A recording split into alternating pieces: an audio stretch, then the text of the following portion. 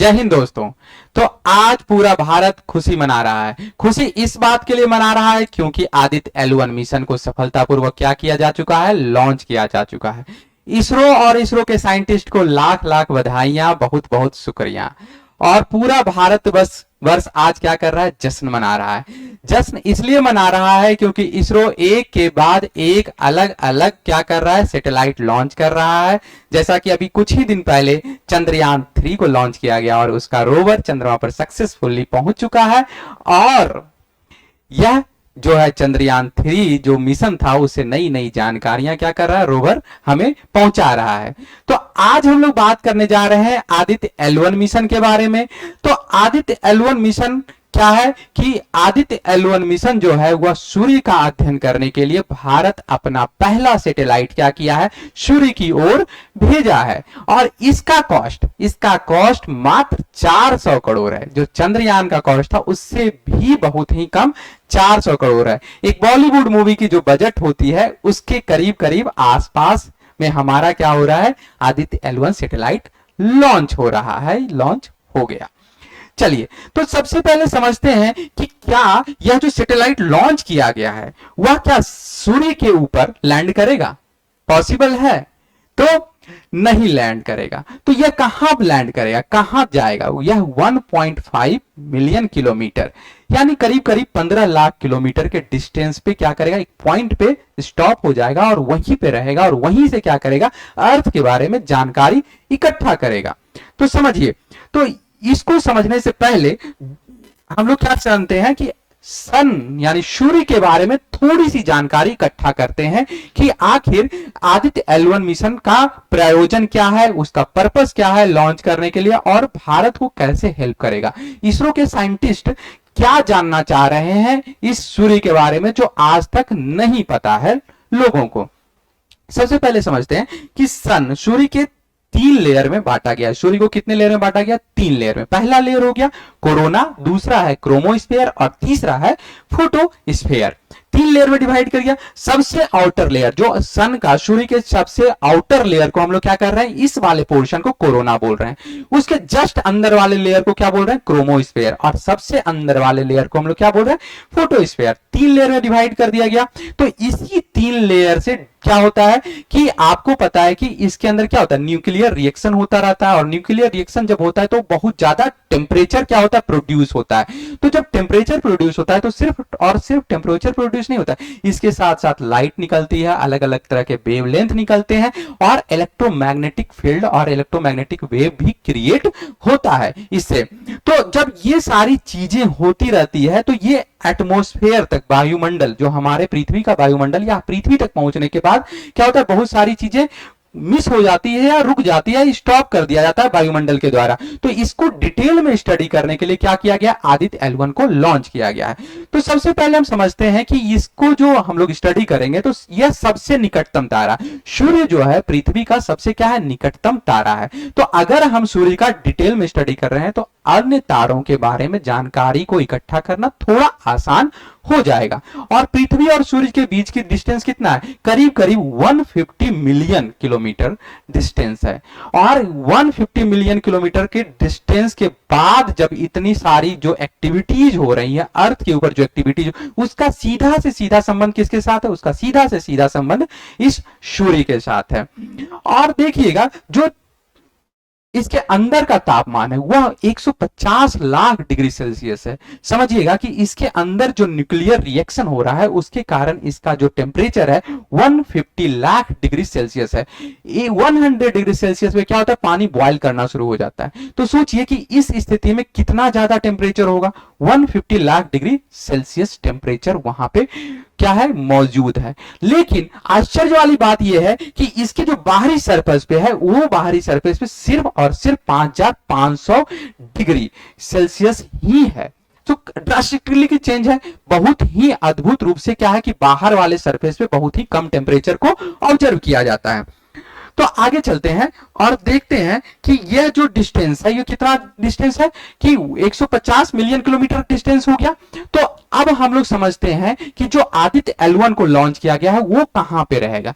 जैसा कि हम लोग जानते हैं कि हर एक सेलेस्टियल बॉडी का क्या होता है, एक ग्रेविटेशनल फोर्स बनाता है, यानी अपने रेडियस में आने वाले जितने भी पार्टिकल्स होंगे या जितने भी तरह के लोग होंगे उसको क्या करता है, गुरुत्वाकर्षण बल के साथ साथ क्या कर सकता है, खींच सकता है। तो जैसा कि पृथ्वी का भी ग्रेविटेशनल फोर्स है, इसके बाहर भी ग्रेविटेशनल फोर्स है, पृथ्वी के बाहर भी ग्रेविटेशनल फोर्स है, और अर्थ ये जो सन है सूर्य का भी ग्रेविटेशनल फोर्स है, तो दोनों का ग्रेविटेशनल फोर्स एक जगह मिक्स कर करके क्या होता है, बैलेंस बनाता है। जहां पे मीट करता है धीरे धीरे क्या होगा, इसका ग्रेविटेशनल फोर्स कम होगा और इसका भी ग्रेविटेशनल फोर्स कम होगा, तो एक ऐसा पॉइंट आता है L1 पॉइंट, जिसको क्या बोलते हैं, लैग्रेंज पॉइंट, जिसको क्या बोल रहे हैं, L1 पॉइंट बोल रहे हैं, जिसको हम लोग क्या बोल रहे हैं, लैग्रेंज पॉइंट। इस पॉइंट को हम लोग क्या नाम दे रहे हैं, L1 पॉइंट। L1 पॉइंट मतलब कि लैग्रेंज पॉइंट, जहां पे इस दोनों का ग्रेविटेशनल फोर्स क्या करता है, एक दूसरे को बैलेंस करता है। उसी पॉइंट पे आदित्य L1 को क्या किया जा रहा है, लॉन्च किया जा रहा है। यानी कि ये जो सैटेलाइट लॉन्च होगा आदित्य L1 वो इसी L1 पॉइंट पे जाकर के क्या होगा, स्टेबल होगा। और समझिए कि ये हवा में क्या करेगा, हवा तो है नहीं, तो क्या करेगा, उस पॉइंट पे झूलता रहेगा।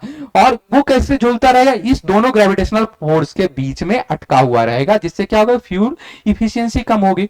और सबसे बड़ी बात है कि ये हैलो सरफेस पे यहां पे क्या करेगा, ये अपने एक हैलो रेडियस बनाएगा और उसी के चारों बगल क्या करेगा, घूमता रहेगा।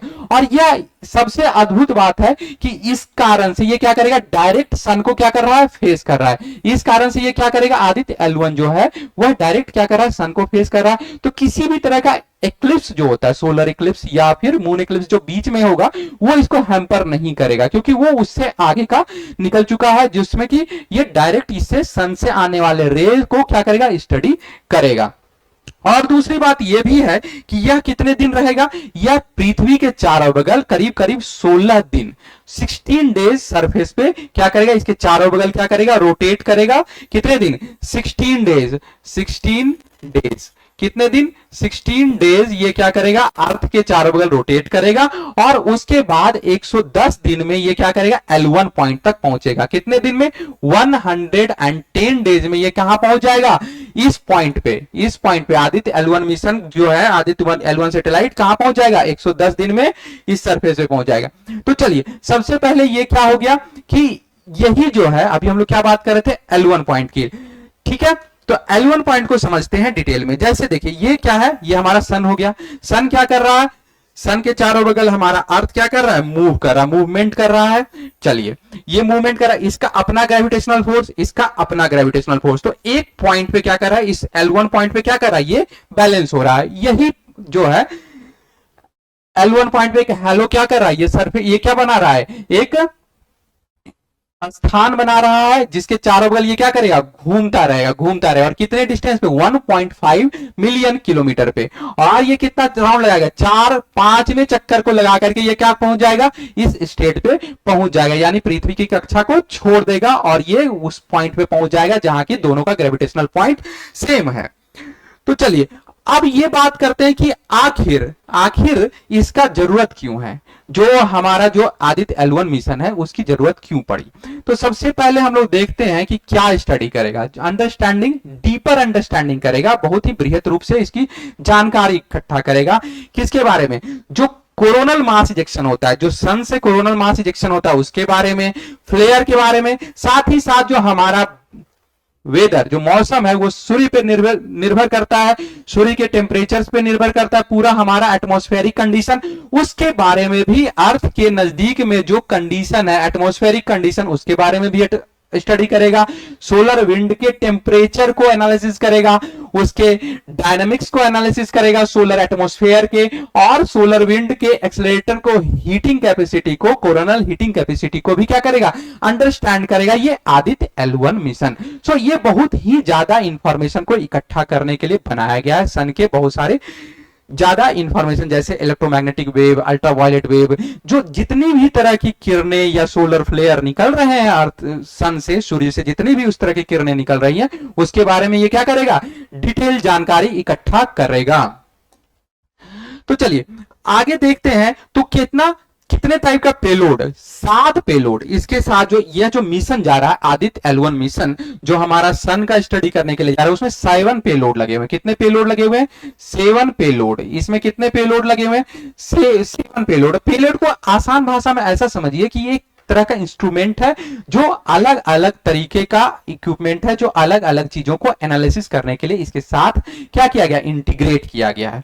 ठीक है, तो समझिएगा 7 पेलोड यानी 7 इंस्ट्रूमेंट, जिसमें 4 क्या करेगा? सन को डायरेक्ट व्यू करके उसका इंफॉर्मेशन को इकट्ठा करेगा, और 3 जो है इनडायरेक्टली उसके पार्टिकल्स के बारे में इंफॉर्मेशन इकट्ठा करेगा। 7 पेलोड, 4 क्या करेगा? डायरेक्टली क्या करेगा? 4 जो पेलोड होगा वो डायरेक्टली सन को व्यू करेगा, और जो 3 पेलोड है वह पार्टिकल्स और फील्ड्स, जो सन से निकलने वाले पार्टिकल्स हैं या फिर किसी तरह के फील्ड्स जो बन क्रिएट हो रहे हैं, उसको क्या करेगा? इंफॉर्मेशन इकट्ठा करेगा।